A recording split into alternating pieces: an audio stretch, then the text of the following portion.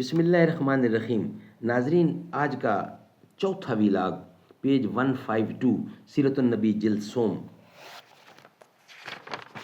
اردو زبان میں سرور عالم صلی اللہ علیہ وسلم کی سیرت پر جامع ترین کتاب سیرت النبی صلی اللہ علیہ وآلہ وسلم۔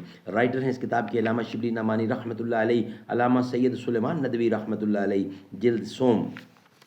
بسم اللہ الرحمن الرحیم، الحمد للہ رب العالمین والصلاة والسلام علی سید المرسلین وعلی آلہ واصحابہ اجمعین۔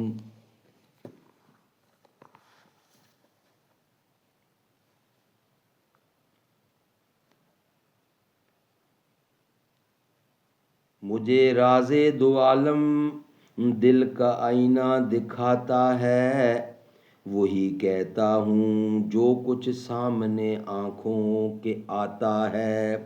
عطا ایسا بیاں مجھ کو ہوا رنگیں بیانوں میں، کہ بام عرش کے طاہر ہے میرے ہم زبانوں میں۔ اثر یہ بھی ہے ایک میرے جنون فتنہ ساما کا، میرا آئینہ دل ہے قضا کے رازدانوں میں۔ Vlog number 4۔ اعوذ باللہ السمیع العلیم من الشیطان الرجیم، بسم اللہ الرحمن الرحیم۔ لو ما تحتینا بالملائکۃ ان کنت من الصادقین، ما ننزل الملائکۃ الا بالحق وما كانوا اذا منذرین۔ کیوں تم فرشتوں کو ہمارے پاس نہیں لے آتے اگر تم سچے ہو؟ خدا کہتا ہے فرشتوں کو حق کے ساتھ اتارتے ہیں، اگر وہ اتریں تو پھر تم کو اس وقت مہلت نہ دی جا سکے گی۔ معاندین عموماً پیغمبروں کو جھوٹا جان کر یہ مطالبہ کرتے ہیں کہ جس آخری معجزہ عذاب کی تم دھمکی دیتے ہو وہ آخر کب آئے گا، اور وہ جلد کیوں نہیں آتا؟ کیونکہ اپنی نافہمی سے ان کو یقین ہوتا ہے کہ یہ معجزانہ عذاب ظاہر نہ ہوگا، اس لیے وہ اس کا مطالبہ بار بار کرتے ہیں کہ تاکہ لوگوں میں پیغمبر کی سبکی ہو اور ہماری طرح اور لوگ بھی اس کو کاذب تسلیم کریں، یعنی جھوٹا۔ چنانچہ قرآن مجید میں بار بار ہر قرن کے کافروں کے اس مقولہ کو دہرایا گیا ہے اور اس کا جواب دیا گیا ہے۔ حضرت شعیب علیہ السلام کی امت نے انکار کیا۔ وَإِن نَّظُنُّكَ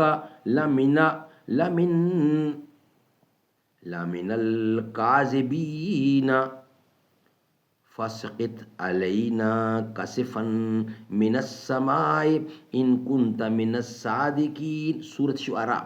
اور ہمارے خیال میں تم جھوٹے ہو، اگر سچے ہو تو ہم پر آسمان کا ایک ٹکڑا گرا دو۔ ناظرین، یہ ہم انشاءاللہ نیکسٹ ویلاگ میں 5 نمبر ویلاگ میں اس میں یہ شامل کریں گے انشاءاللہ۔ یہ حصہ تھوڑا لمبا ہے۔